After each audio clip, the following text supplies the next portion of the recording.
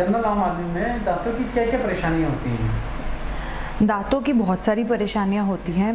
Cavities जैसे हम जानते हैं बहुत कॉमनली मतलब देखा जाता है कि बहुत कॉमन ये एक प्रॉब्लम है जो कई बार इग्नोर की जाती है, जिस वजह से वो बढ़ जाती है और फिर वो फाइनली दांत के दर्द की तरफ, जिसमें दांत की नस खराब होना, इन्फेक्शन होना, उस तरफ पहुंच जाती है। एक तो ये चीज़ है। एक चीज़ है कि एज के साथ हमारे दांत जो है उसकी जो ऊपरी लेयर है, इनामल जिसे बोलते हैं, वो घिसने लग जाती है और इससे हमारे दांतों में सेंसिटिविटी होने लग जाती है।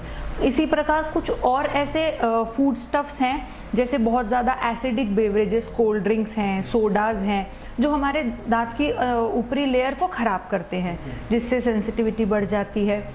फिर कुछ और आदतें हैं, जैसे रात में सोते समय हमें नहीं पता होता, हम अपने दांत को ग्राइंड करने लग जाते हैं, दांत पीसना जिसको बोलते हैं, नाइट ग्राइंडिंग, उससे भी हमारे दांत घिस जाते हैं और सेंसिटिविटी और दर्द की तकलीफ़ें शुरू हो जाती हैं।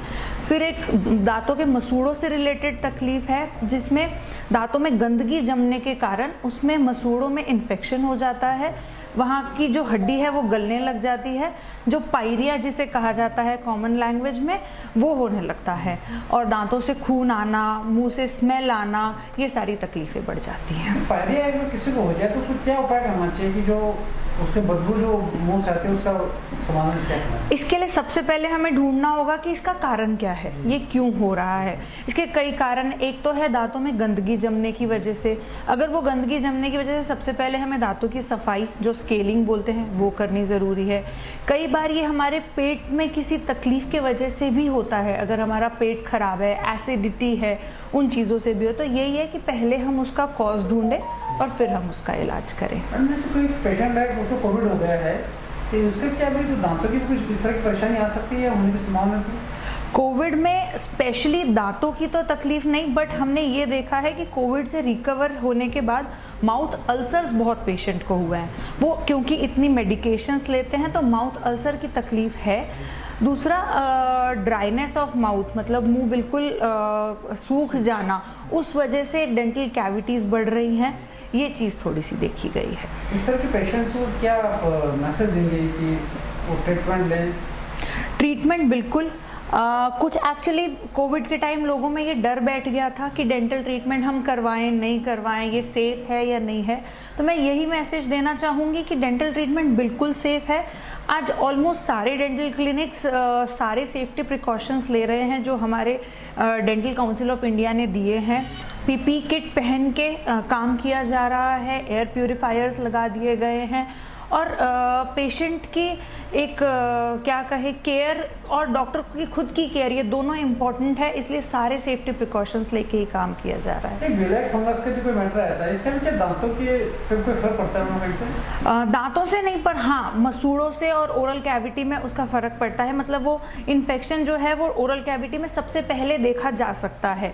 तो एक डेंटिस्ट का बहुत अच्छा इसमें रोल है कि वो अगर एक जल्दी से डिटेक्ट कर ले म्यूकोरमाइकोसिस को, तो इसे इमीडिएटली रोका जा सकता है। तो एक चीज़ बताइए, जैसे हर आदमी डेली उठता है, ब्रश करता है, तो ब्रश करने का भी कोई सिस्टम होता है, कोई ब्रश भी इस तरह का होता है कि बिल्कुल इसमें फर्क पड़ता है? हाँ, इसमें फ़र्क पड़ता है। इसमें 2-3 चीज़ें हैं। हम ये सोचते हैं कि जितना तेज़ हम ब्रश करेंगे उतना अच्छे से साफ़ होगा, ये सबसे बड़ी प्रॉब्लम है। एक तो हमें बहुत सॉफ्ट ब्रिसल ब्रश यूज़ करना है और बहुत हल्के हाथ से हमें ब्रश करना है। वो प्रेशर हमारे दांत को साफ़ नहीं कर रहा है, जो उसके ब्रिसल्स हैं वो अपने आप इस तरीके से बने हुए हैं कि वो साफ़ कर लेंगे।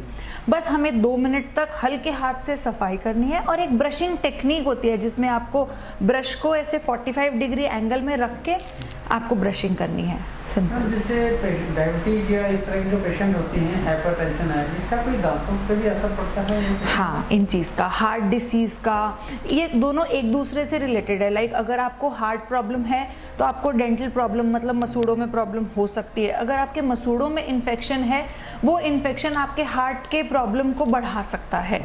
ये सारी चीज़ें रिलेटेड है। तो कॉमन आदमी के लिए, कॉमन लोगों के लिए क्या मैसेज आप देंगे कि वो अपने दांतों की केयर कर सकें?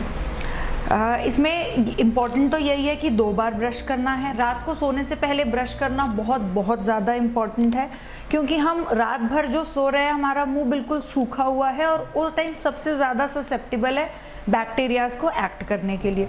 दूसरा, जब हम ब्रश कर रहे हैं हम दांतों के बीच की सरफेस साफ नहीं कर पा रहे, उसके लिए हम फ्लॉसिंग या इंटरडेंटल ब्रशिंग रिकमेंड करते हैं, जिससे बीच में भी सफाई प्रॉपर हो।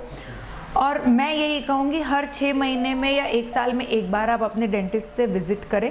ये नहीं ट्रीटमेंट करवाना है, पर हमें चेकअप करवाना है कि हमारे टीथ में सब कुछ ठीक है। Prevention is better than cure. Madam अभी डॉक्टर्स डे है, पेंडेमिक सिचुएशन और डॉक्टर के साथ बहुत सारे अत्याचार हुए, जिस पर क्या मैसेज आप पब्लिक को देंगे? पब्लिक को मैं यही मैसेज दूंगी कि आपके इमोशंस को हम समझ सकते हैं।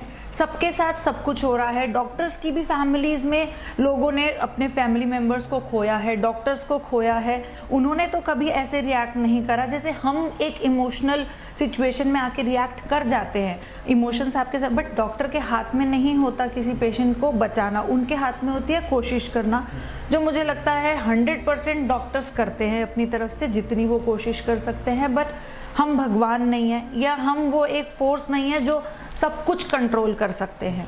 तो सिचुएशंस ऐसी हो सकती हैं जहां आप अपने घर वालों को खो सकते हैं, उसके लिए कोई कुछ नहीं कर सकता। इन अत्याचारों का अगर कल को डॉक्टर्स नहीं होंगे, क्या हम कोविड जैसी कोई भी बीमारी कंट्रोल कर पाएंगे?